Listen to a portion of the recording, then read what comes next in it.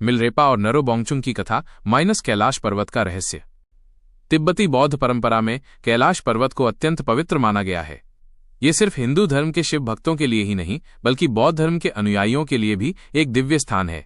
एक प्रसिद्ध कथा मिलरेपा और बोन परंपरा के सिद्ध नरो बोंगचुंग के बीच एक आध्यात्मिक प्रतियोगिता की है, जिसका उद्देश्य था कैलाश पर्वत का आधिपत्य किसका होगा।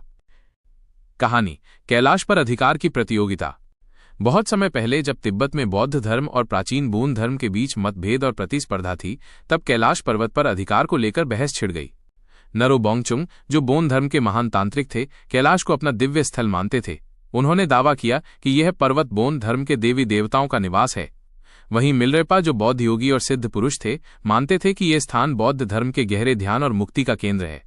दोनों के बीच ये निर्णय हुआ कि एक दिव्य प्रतिस्पर्धा होगी। जो पहले कैलाश पर्वत की चोटी पर पहुंचेगा वही उसका स्वामी होगा। नरो बोंगचुंग का प्रयास। नरो बोंगचुंग ने अपनी तांत्रिक शक्तियों से एक ढोल पर बैठकर उड़ान भरी। वे तेजी से पर्वत की ओर बढ़ने लगे। उनकी गति इतनी तीव्र थी कि ऐसा लग रहा था कि वही जीत जाएंगे। मिलरेपा का चमत्कार। मिलरेपा शांत थे। उन्होंने ध्यान लगाया और अपनी शक्ति से सूरज की किरण पर सवार होकर उड़ गए। जब नरो बोंगचुंग कैलाश की चोटी के करीब पहुंचे तो उन्होंने देखा कि मिलरेपा पहले से वहां ध्यान की मुद्रा में विराजमान है। परिणाम।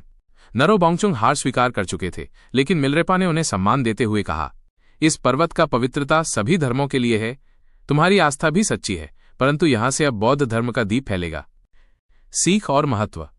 ये कथा दर्शाती है कि सच्ची साधना, विनम्रता और ध्यान की शक्ति ही अंतिम विजय दिलाती है। कैलाश पर्वत तब से बौद्धों के लिए भी एक ध्यान, मुक्ति और करुणा का प्रतीक बन गया।